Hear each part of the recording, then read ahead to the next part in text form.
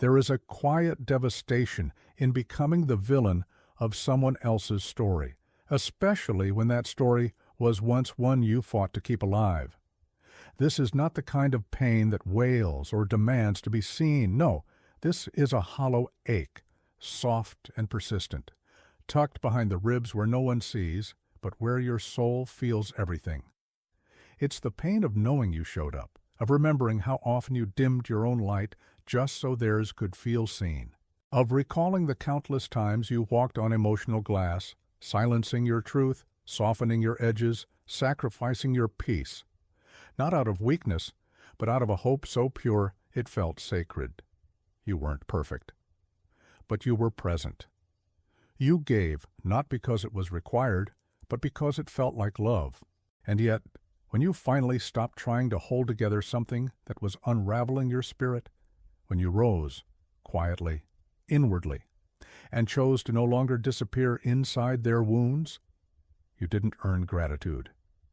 You earned a label. Selfish, cold, changed. You became the villain, not because you betrayed them, but because you stopped betraying yourself. Because when someone has built a world where your self-denial benefits them, your healing will look like harm, your boundaries will feel like abandonment, and your silence, your sacred restorative silence, will echo like violence in their unresolved psyche. The truth is, you didn't walk away to hurt them. You walked away to save what was left of you. And that, for some, is intolerable. Because your liberation does not just set you free, it exposes the prison they still live in. Your evolution becomes a mirror they didn't ask for, a reflection they can't yet hold. And so they project. They recast the story where you're the villain, the problem, the one who changed, because that story protects them. It saves them from the more painful task of asking, why did I stay behind while they grew? Projection is the defense of a soul not ready to feel. It refuses the mirror. It refuses the reckoning. It builds a narrative where your growth is cruelty and your distance is punishment. But beneath that narrative is a truth that can't be erased. You simply stopped bleeding for bonds that didn't nourish you. You stopped being available to dynamics that confused your presence with your permission to be harmed. You stopped playing the role of emotional scaffolding in someone else's crumbling architecture. And yes, your withdrawal disrupted their story. But that disruption was sacred, because sometimes the only way to reflect truth is to no longer participate in the lie. You didn't shatter anything. You just refused to keep repairing what your soul had already outgrown. There's a holy kind of grief that comes with this choice, the grief of becoming the villain in someone else's eyes just so you can finally become the healer in your own. And while their story may never include your compassion, may never acknowledge the nights you wept silently while still choosing to love them anyway, that story does not define you. Because you know the cost. You know what it took to leave. You know the war you fought inside before you ever set down the sword. So when the blame comes, let it. When the distortion comes, breathe. You don't owe explanations to those still addicted to your silence. You didn't leave because you stopped caring. You left because you finally realized that caring should not cost you yourself. And maybe they'll never understand. Maybe your absence will always feel like abandonment in their eyes. But that, too, is part of the path. Because the soul that chooses truth over comfort, integrity over image, does not always get to be the hero in other people's stories. Sometimes the most courageous act of self-love is the willingness to be misunderstood, to walk away knowing that your peace will always feel like punishment to those who only knew how to love you through chaos. You're not cruel. You're no longer available for emotional negotiations that require your disappearance. You didn't become the villain. You became the mirror. And mirrors don't harm. They reveal. And sometimes that revelation is exactly what the other soul needs, even if it never says thank you. The pain of being misunderstood for choosing peace. There is a sacred kind of silence known only to those who have been misunderstood for choosing themselves over the expectations of others. It is not the silence of resentment, nor the silence of escape. It is the silence that follows a revelation so deep it rearranges your very sense of self. A revelation that whispers, "Love should never have required your disappearance." You begin to see it clearly. Your affection was accepted, yes, but only when it came bundled with your self-sacrifice. Your presence was welcomed as long as you stayed agreeable, available, and small. The moment you expanded, the moment you said, "I can't keep shrinking to keep this connection alive," you weren't celebrated for your honesty. You were condemned for your change. But it wasn't anger that made you withdraw. It wasn't bitterness that silenced your voice. It was your soul, finally whispering, "I need space to breathe." And for the first time, you didn't override that whisper. You honored it. That single act of turning inward instead of bending outward, that sacred decision to protect your own spirit, was read by others not as liberation, but as betrayal. Because when someone depends on your self-abandonment to feel secure, your return to self feels like rejection. The pain that follows this misunderstanding is not just emotional, it's grief. And not the kind that comes from endings you expected. This is the grief of awakening, grief for the love that was consumed but never seen for what it truly was, grief for the connection that only held together when you held back your truth, grief for realizing that your presence had value only in proportion to your silence, and now because you stepped away, you've become the difficult one, the selfish one, the one who changed. But you didn't become cold. You simply stopped performing.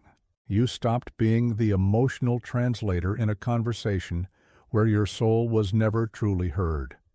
You stopped bleeding in places that only applauded your sacrifice. You stopped offering your peace in exchange for temporary approval. In that grief, something quietly powerful is born, a strength that no longer needs to be understood to move forward, a self-trust that no longer depends on external validation to feel real, a deeper knowing. You were never supposed to carry the burden of explaining your boundaries to those committed to misunderstanding them. You realize something seismic.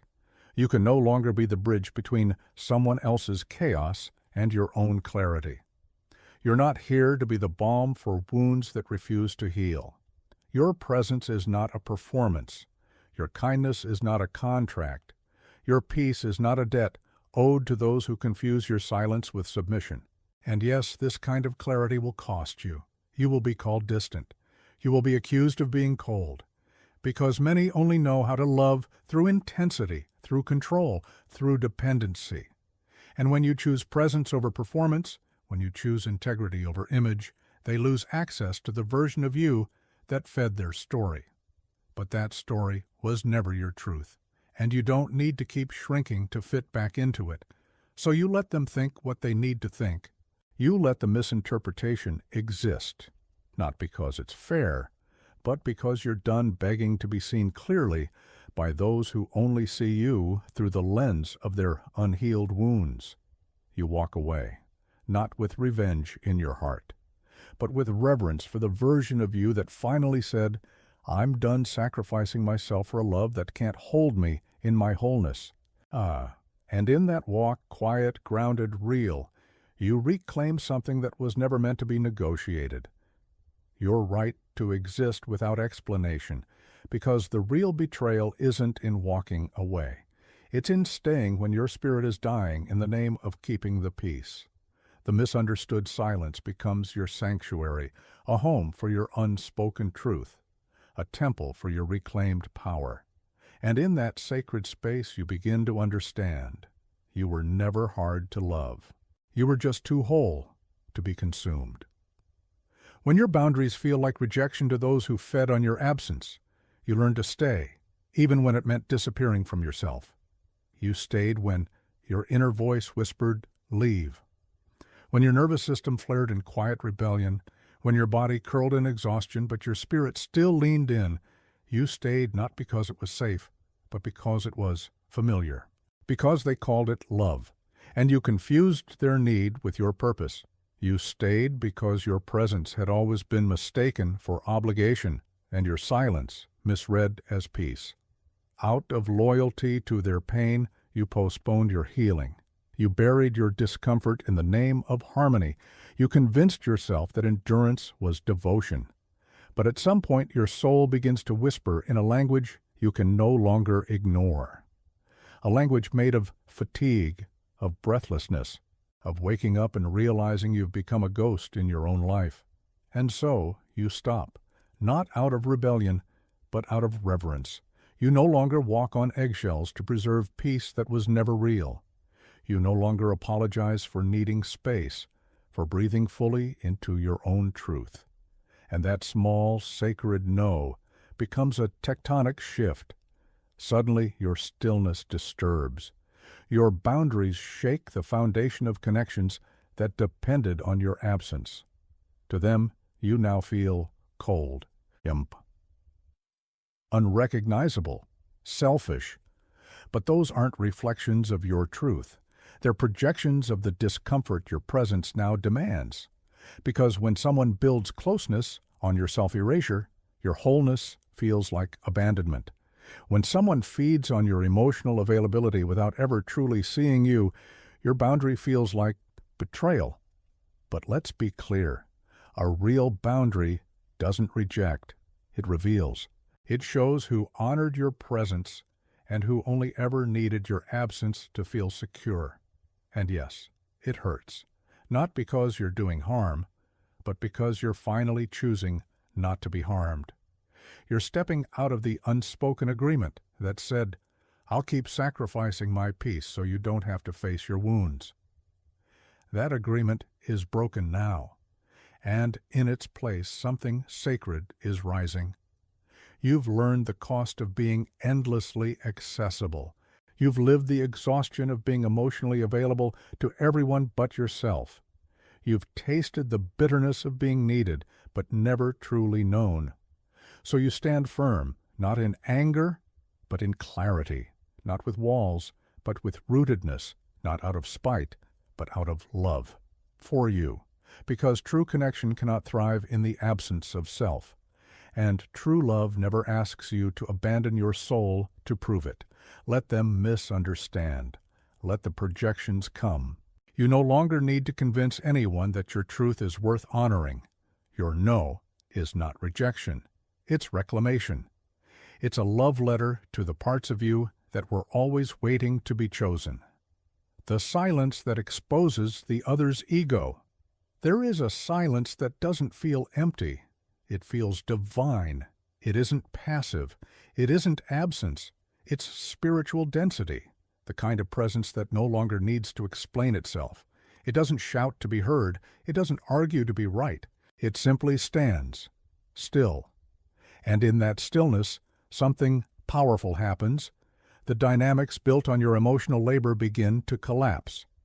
Because silence, true, rooted, sovereign silence, is a mirror that cannot be seduced, a mirror that doesn't react, a mirror that shows exactly what someone has been avoiding within themselves.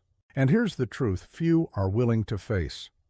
When you stop justifying your peace to people who only understand chaos, you starve the ego of its favorite food, your reactivity. You break the loop, you exit the stage, you deny the performance, and the ego doesn't know what to do with that. Because it thrives on friction, it lives off the drama. It finds power in pulling you into a spiral of explanation, defense, and overexertion. But when you stop engaging, you dismantle the system silently. That silence becomes louder than any argument. It exposes, not through blame, but through reflection. Suddenly, your stillness feels like distance. Your self-respect feels like arrogance. Your peace feels like rejection. Not because you've changed into someone cruel, but because your energy is no longer available for consumption. You're not playing the emotional caretaker anymore. You're no longer the container for someone else's wounds. And that feels threatening to anyone who relied on your self-abandonment to feel whole. So yes, they'll call you names: cold, distant, selfish. But those aren't descriptions of your essence. They are confessions, confessions of what your absence reveals. Because silence, when it comes from healing, doesn't just protect, it exposes. It strips away illusion. It makes visible what was buried under noise. And that's why it hurts. For them, not for you.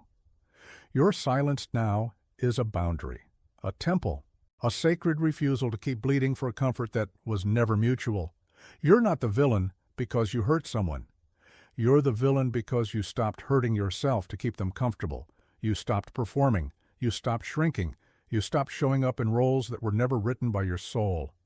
And in that withdrawal, that holy, sovereign retreat, you found something unshakable. A kind of love that doesn't demand sacrifice. A kind of freedom that doesn't come with guilt. A kind of peace that cannot be disturbed by projections. This silence doesn't beg to be understood. It simply is, and in its presence, the ego trembles, because without your reaction, there's no distraction, only reflection. So let them tell their version, let them twist the story. You no longer need to defend your evolution. Let your quiet be your clarity. Let your absence be your prayer. Let your peace be your proof. Because what you are now is not an absence. It's a presence so full, so rooted, so whole, that anything inauthentic simply dissolves. If this truth found you, leave your soul print in the comments below. I chose to be misunderstood rather than stay fragmented. Let that be your energetic seal, your quiet rebellion in a world addicted to reaction, and share this message with the one who is being shamed for stepping into sovereignty, with the one who's walking away